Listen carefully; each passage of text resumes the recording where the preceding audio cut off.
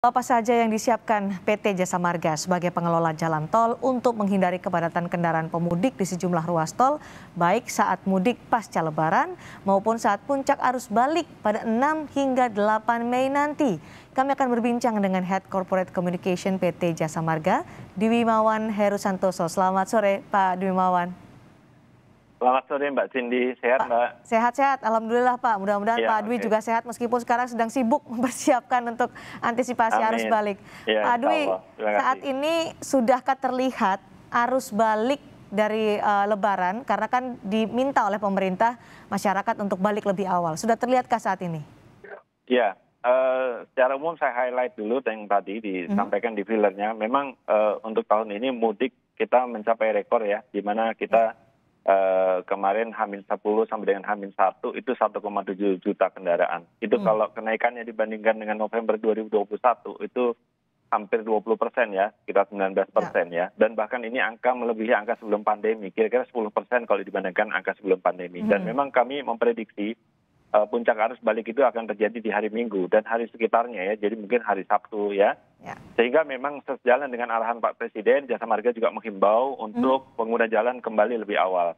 Nah, memang kita mencatat menarik di tahun ini, kalau biasanya di H1, H2 itu sudah mulai melandai, arah timur saat ini masih cukup tinggi ya.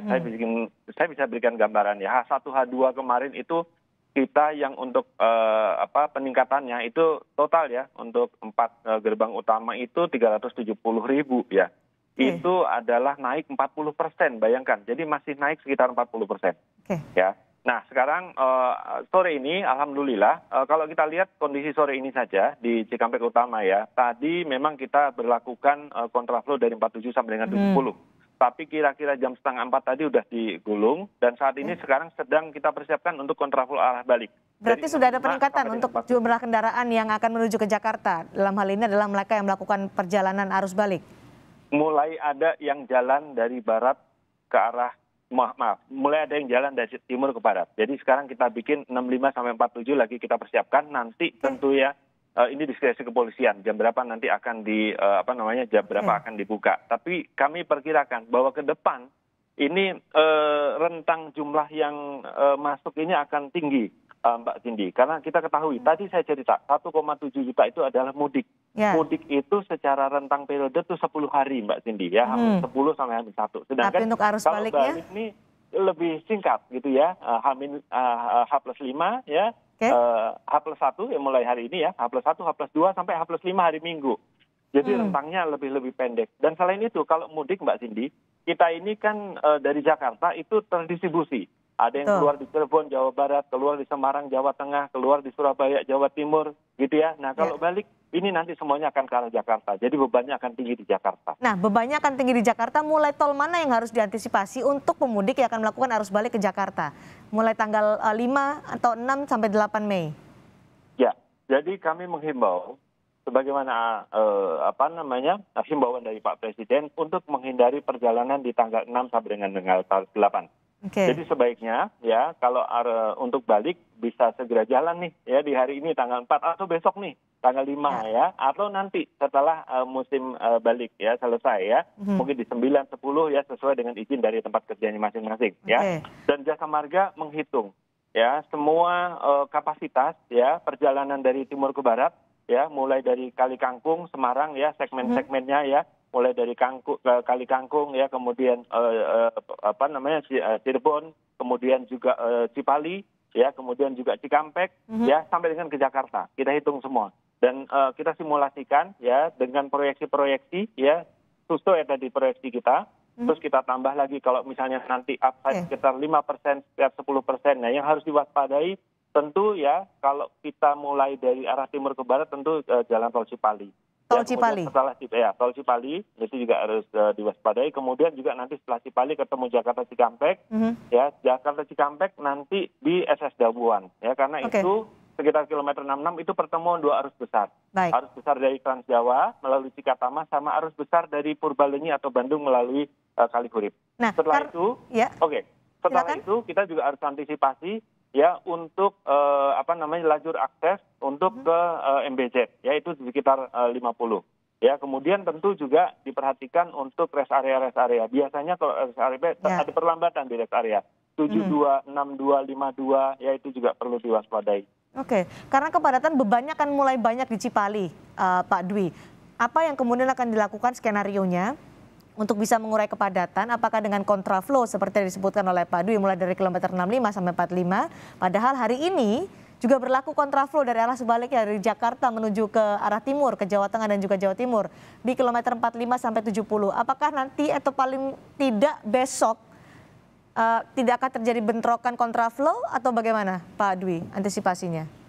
Fenomena sore ini sebenarnya menggambarkan, Mbak Cindy, yang mulai ke timur sudah mulai berkurang, yang mulai ke barat itu udah mulai ada nih, gitu ya, secara lalu lintas. Ya, jadi kami perkirakan ke depan ini yang ke barat yang akan dominan.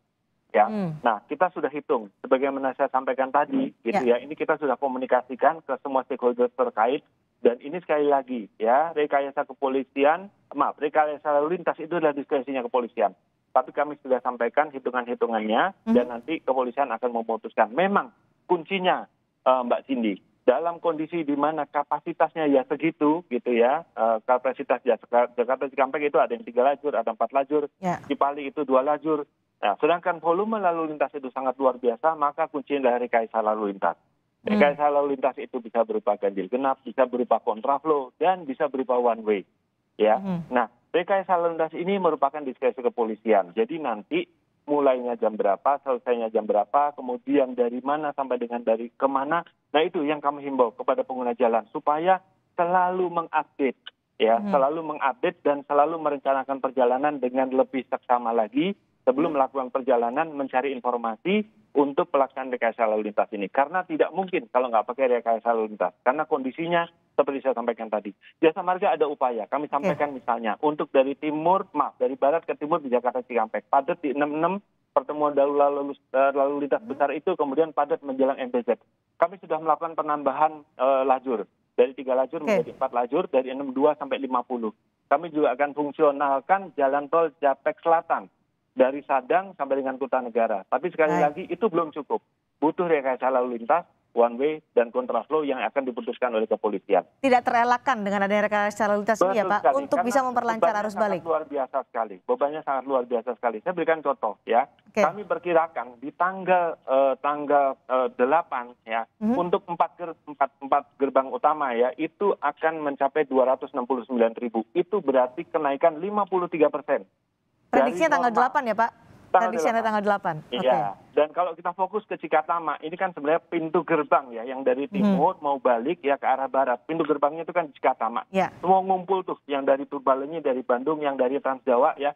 Kami perkirakan ini peningkatannya 104%, Mbak Cindy. Itu sekitar 174.000 kendaraan digabung ya, Bandung sama Transjawa. Jadi kenaikannya 2 kali lipat untuk di tanggal 8. Makanya Jasa Marga sekali lagi tidak bosan-bosannya kami menghimbau hindari perjalanan pada puncak arus balik ya, tanggal 8 atau tanggal 7 atau tanggal 6. Lebih baik berangkat tanggal 5 ya, besok masih ada waktu, atau nanti setelah di atas tanggal 8. Itu Mbak Cindy, ya. Oke, tapi prediksinya tanggal 8 ini akan mencapai puncak arus balik. Kami puncaknya adalah di tanggal 8 dengan 174.000 kendaraan, dan di Cikatama itu 104. Bisa dibayangkan nanti akan semacet apa Pak Dwi kalau 170.000 lebih kendaraan berkumpul di Cikatama? Seperti saya sampaikan tadi ya, kita melakukan antisipasi. Ya, tentu. Tadi ya, itu kan baru volume, kapasitas. Ya, kapasitasnya harus ditambahin. Gimana nambahin kapasitas? Sudah kami lebarin satu lajur tambahan 62 sampai 50. Dan itu kurang. Tambah lagi nanti one way. Nah, kira-kira Pak Dwi, terakhir untuk rest area. Rest area ini penting karena selain jadi perlambatan, tapi keberadaan rest area juga penting karena selalu diimbau setiap 4 jam istirahatlah supaya badan kembali fit untuk melakukan perjalanan. Bagaimana supaya para pemudik ini ketika melakukan perjalanan bisa menggunakan rest area dengan tepat, dengan nyaman untuk mengembalikan stamina, tapi juga tidak menjadi simpul kemacetan? Idealnya bisa bergantian. Maksud saya bergantian, di dalam satu kendaraan bisa ada lebih dari satu yang mengemudi, gitu ya. Tapi memang jika dirasakan harus ke rest area, misalnya ke toilet dan sebagainya, kami himbau ya supaya di rest area tersebut bisa dimanfaatkan waktunya. Kami menghimbau supaya menggunakan waktu kira-kira maksimal 30 menit. Jadi kalau misalnya mau memesan makanan dan sebagainya, itu lebih baik take away saja. dan kami akan lakukan buka tutup. Dan kami menghimbau Mbak Cindy, kalau satu rest area itu sudah ditutup, jangan memaksa. Untuk terus misalnya parkir di bahu jalan, berjalan kaki masuk ke rest area, itu sangat berbahaya dan mengurangi kapasitas. Lebih baik gunakan rest area yang berikutnya. Nah, informasinya tolong diketahui lebih awal, bisa telepon ke 14080, call center kami 24 jam. Bisa juga install mobile aplikasi kami, namanya Travoy. Informasi-informasi rest area, di mana posisinya, ada tenan apa saja di sana, itu ada semua di situ. Baik, salah satu solusinya itu, mudik menghindari puncak arus balik pada tanggal 6 sampai 8 Mei. Bisa lebih awal, bisa lebih dari tanggal 8 Mei 2022. Menyiapkan rencana perjalanan kita secara lebih baik agar perjalanan mudik kita bisa lebih nyaman, kira-kira gitu. Baik, terima kasih Head Corporate Communication PT Jasa Marga Pak Dwi Mawan Heru Santoso sudah bergabung dan berbagi informasi. Terima kasih sama kami di Sapa Indonesia malam hari ini. Terima kasih Pak Dwi.